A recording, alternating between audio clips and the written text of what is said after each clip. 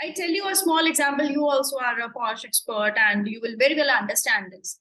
When a man gets a promotion, it is very well, said that okay, he deserves it. And a woman gets a promotion, people around says, we know it kaise mila hai. So this is the thought process that is in corporate, and this is what triggered me, and I wanted to change that. So of course, it's a big world, and there's a huge scope of change.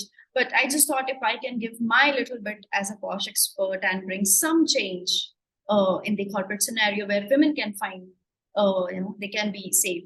So this is how I started my journey as a posh. That is so amazing. और आपने ना एक बड़ा ही important point raise किया. I again would agree to it. I've also worked in the corporate world as an HR head. And जब मुझे भी promotion milli, everybody negated the hard work that I put in. मैंने कितना slog किया होगा उसके लिए, कितना कुछ मैंने सीखा होगा उसके लिए. And all they said was, हाँ लड़की है तो मिलना ही चाहिए. And this is so stereotypical in a society कि लड़की अच्छा करती है या बुरा करती है. Everything is attributed to her being a woman. Whereas what a man does, it is always उसकी काबिलियत है. काबिलियत है, deservingness. So This yeah, is one thing that hates me. It should not be there. and there's so much work that can be done in the field of preventing sexual harassment, because we also do a lot of sessions, और काफी बार हम जब सिर्फ only लड़कियों के लिए करते हैं तो we just ask this question, have you ever faced harassment? And ऐसा कभी नहीं हुआ कि किसी लड़की ने बोला हो कि किसी भी टाइम उसके साथ ऐसा नहीं होता है. So I believe there's such a huge scope in it, and the kind of work that you're doing is phenomenal. So can you tell me something about the work that you're doing in the field of POSH? Right. So I work as a consultant with corporates, and I help them for awareness programs, because मैं ये believe करती हूँ कि अगर हम prevention पे stress करते हैं तो redressal तक नौबत आनी ही नहीं चाहिए. So prevention of course is a better thing. So if we focus on prevention, then redressal cases and IC का काम आधा हो जाता है अगर prevention पे हम काम कर लेते हैं. So awareness program is something where I help corporates into. Now, Neha, I've also seen that you have, got certified in POSCO, and POSCO is something that is very, very dear to my heart. So, would you like to speak something on POSCO? क्योंकि बहुत कम लोगों को उसकी knowledge है, और आज की तारीख में बच्चों के साथ जो crime बढ़ रहा है, जो sexual harassment उसके साथ हो रही है, कितनी बार बच्चे इतने मासूम होते हैं कि उन्हें पता ही नहीं होता है कि उनके साथ कुछ गलत हो रहा है. So, something on that if you'd like to share. Sure.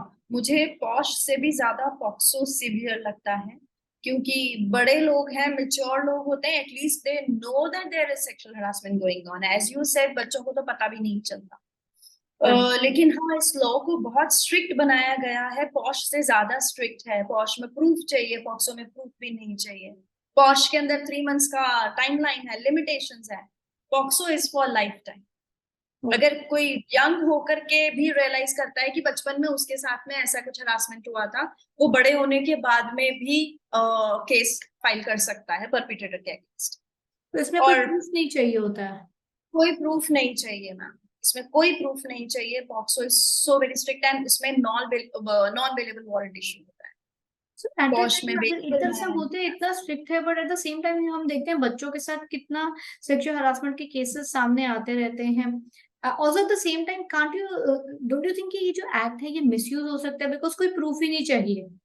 So let's say अगर किसी के कोई बच्चा है, उसके पेरेंट्स किसी के अगेंस्ट केस कर देते हैं, specially I have seen these cases coming up, जो मैंने पर्सनली देखा है. 17+ year girl, she is having an affair with the boy, वो उसके साथ भाग जाती है, they have a physical relationship, parents वापस घर ले आते हैं, लड़के पे केस कर देते हैं, लड़का जेल में है, whereas the relationship was mutual.